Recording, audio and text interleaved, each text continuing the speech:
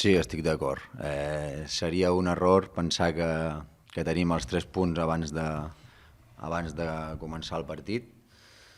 Eh, Hem fet una setmana d'autocrítica, perquè crec que a Peralada no van fer bon partit i diumenge doncs, espero que ens reivindiquem i que fem bon joc i que aconseguim la victòria, però hem d'estar molt endollats.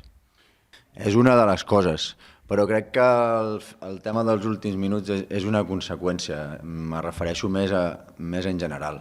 No vam estar fins ni en pilota ni sense pilota i al final del partit ens fan el gol que ens fan.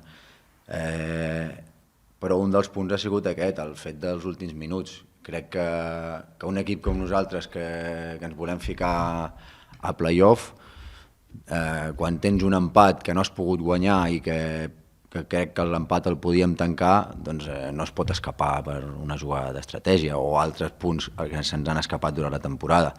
És una de les coses que hem de millorar, no? Aquesta falta de concentració en alguns moments puntuals del partit. Sí, clar que fa molta ràbia. Crec que ja ho sabíem abans de començar el partit i crec que va ser poder un dels errors, no? Mirar la classificació, poder pensar que els 3 punts de Peralada ja hi comptàvem o que si guanyàvem els 3 punts ens ficàvem al play-off. Tot això crec que distorsiona tot una mica la concentració i hem d'aprendre que cada partit s'ha de disputar, que cada partit s'ha d'anar al màxim i el focus l'hem de ficar en què hem de fer per guanyar. I si no, doncs és que qualsevol rival en aquesta categoria et complica la vida.